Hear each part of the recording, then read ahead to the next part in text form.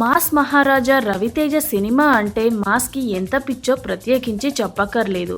Raviteja cinema వస్తుందంటే fans కి పండగే. పవన్ కళ్యాణ్, మహేష్ వంటి స్టార్ హీరోలే సంవత్సరానికి 2 కంటే ఎక్కువ సినిమాలు చేయలేక ఇబ్బంది పడుతుంటే ఏకంగా ఒకే సంవత్సరంలో 4-5 సినిమాలు చేసిన ఘనత రవితేజది. అంతేకాదు హీరోగా కెరీర్ స్టార్ట్ చేసినప్పటి నుంచి 2015 వరకు ఒక్క సంవత్సరం కూడా గ్యాప్ లేకుండా వరుస సినిమాలు చేసిన ఏకైక హీరో రవితేజ. అంతలా జెట్ స్పీడ్ లో సినిమాలు చేసే రవితేజ చిన్న గ్యాప్ ఇచ్చాడు. బెంగాల్ టైగర్ వచ్చి ఏడాది పైనే అవుతున్నా రవితేజ సినిమాల గురించి అప్డేట్స్ లేవు. అసలు రవితేజ ఏమైనట్టు?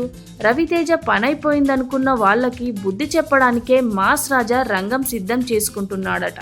కిక్ 2తో రవితేజ గ్లామర్ పోయింది, ఇక హీరోగా పనిచేయడు అని అనుకున్న నోర్లన్నీ మూసుకునే విధంగా తన లుక్ ని, స్టైల్ ని మార్చుకునే పనిలో పడ్డాడట.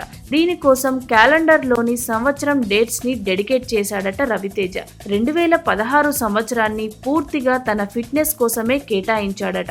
దానికోసం వరల్డ్ టూర్ కి వెళ్లి ట్రైన్ అవుతున్నాడట. అందుకే రవితేజ ఈ ఒక్క సంవత్సరం మాస్ కి దూరంగా ఉన్నాడు. ఈ ఇయర్ లోనే అనిల్ రావిపూడి డైరెక్షన్ లో మూవీ చేస్తున్నట్టు సమాచారం. రవితేజస్సుతో మళ్లీ ఉదయించడానికే ఈ క్షణం అస్తమిస్తాడు. అంత మాత్రాన కడపడకుండా పోయినట్టు కాదు, మరునాటి ఉదయమే మనకి కనబడతాడు. రవితేజ కూడా అంతే. లక్ తోనో డబ్బుతోనో పైకొచ్చినవాడు కాదు రవితేజ. స్వయం కృషితో పైకొచ్చినవాడు, కష్టపడి పైకొచ్చినవాడు. అలాంటి వాడిని విమర్శలతో ఎవరూ తొక్కలేరు, ఆపలేరు. Mass is back. Mass Maharaja fans కాలరెగరేసి మీసం మెలేసే రోజులు అతి దగ్గరలోనే ఉన్నాయి.